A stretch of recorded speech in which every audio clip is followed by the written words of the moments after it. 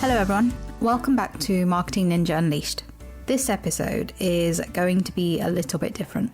Usually I talk about marketing strategy, storytelling, brand building, all the things that help you grow as a business. But today I want to talk about something much more personal. Something that sits underneath all of that, confidence, and more specifically, how you can rebuild your confidence after redundancy.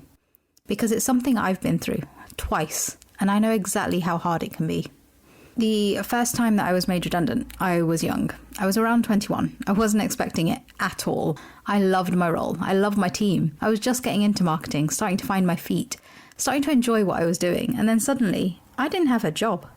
And when that happens, especially at that age, it really messes with your mind. Your thoughts go everywhere.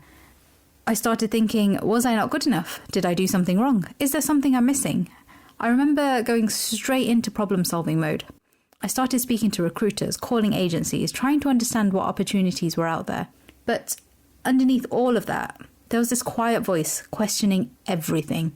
You take it really personally, even when you're told that it's not. And I was lucky. I found a recruiter who helped me secure a temporary role at a local council.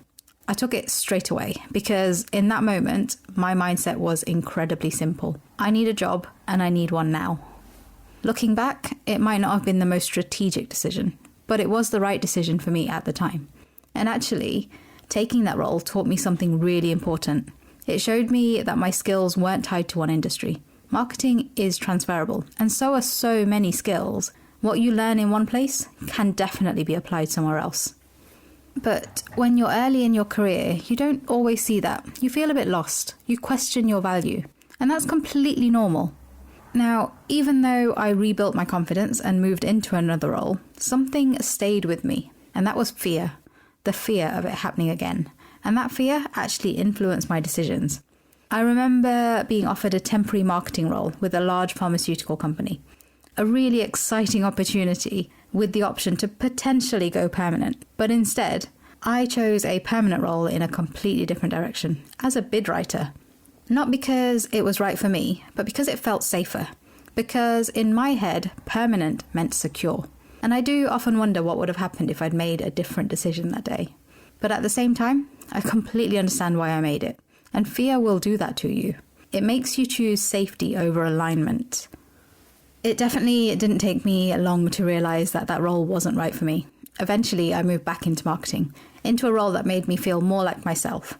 I built my confidence back up, developed my skills, moved into another marketing role in a different industry completely, and worked with some really incredible people. A lot of them I'm still in touch with today. And all of those experiences reminded me that actually, I was good at what I did, that I did add value to the companies that I was working with, and that redundancy didn't define me. Then it happened again. This time, I was working as a brand manager. I loved that role. I was learning so much. I was growing, building campaigns, working with budgets, understanding data. Everything felt like it was moving in the right direction. And then suddenly, the entire marketing team was at risk. We all had to reapply for our jobs. And when that happens, it's not just professional, it's really emotional. These weren't just colleagues, they were my friends, people that I saw every day. And all of those same thoughts came back again. Why us? Why me? What have I done wrong? Am I not good enough? But this time, there was something else. I had just bought a house. I hadn't even got the keys yet. And suddenly, all I could think about was, how am I going to pay for this? What if I lose everything before I've even started? This pressure felt completely different. But there was something that had changed this time. About a year into my role, we had completed a personality profiling exercise. And at the time, I didn't realize how important that would become. It helped me understand myself properly. My strengths, my weaknesses, how I communicate, how I react under pressure. And I'm going to be honest, it wasn't easy to read. It told me that I was shy, that I avoided conflict, that I didn't always put myself forward. And at first, that knocked me quite a lot. But then something clicked. Just because that's who I am today, doesn't mean that's who I have to be tomorrow. And that was a huge turning point. Instead of seeing all of those things as limitations, I started seeing them as opportunities to grow. So when the second redundancy process happened, I approached it differently. Yes, that fear was still there. the self-doubt crept in. But this time, I didn't let it control my decisions. I made a bold choice. Instead of applying for my current role, which I probably would have secured, I only applied for the senior roles, including my manager's role, and I got it, which, if I'm honest, scared me even more. But by that point, I had also realised something else. The company was changing. The role wasn't aligned with what I wanted anymore. So I ended up making another very difficult decision. I turned it down, and that meant being unemployed, by choice. And that is a really scary place to be.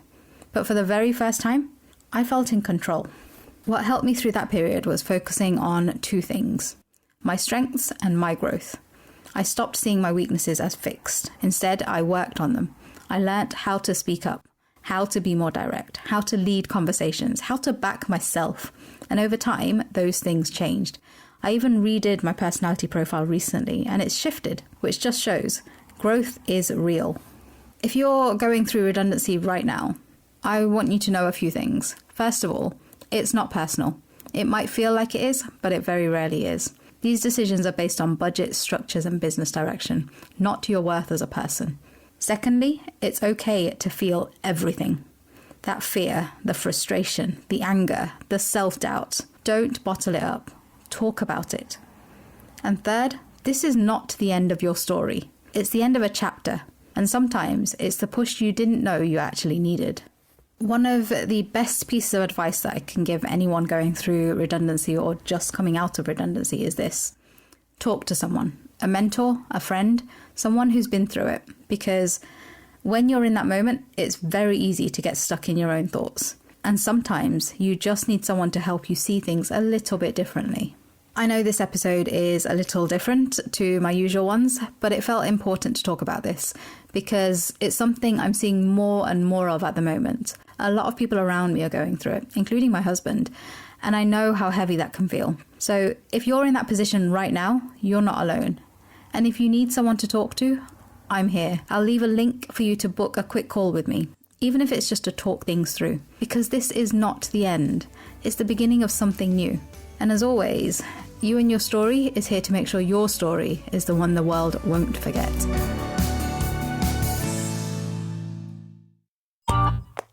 This has been a Monkey Pants Productions podcast.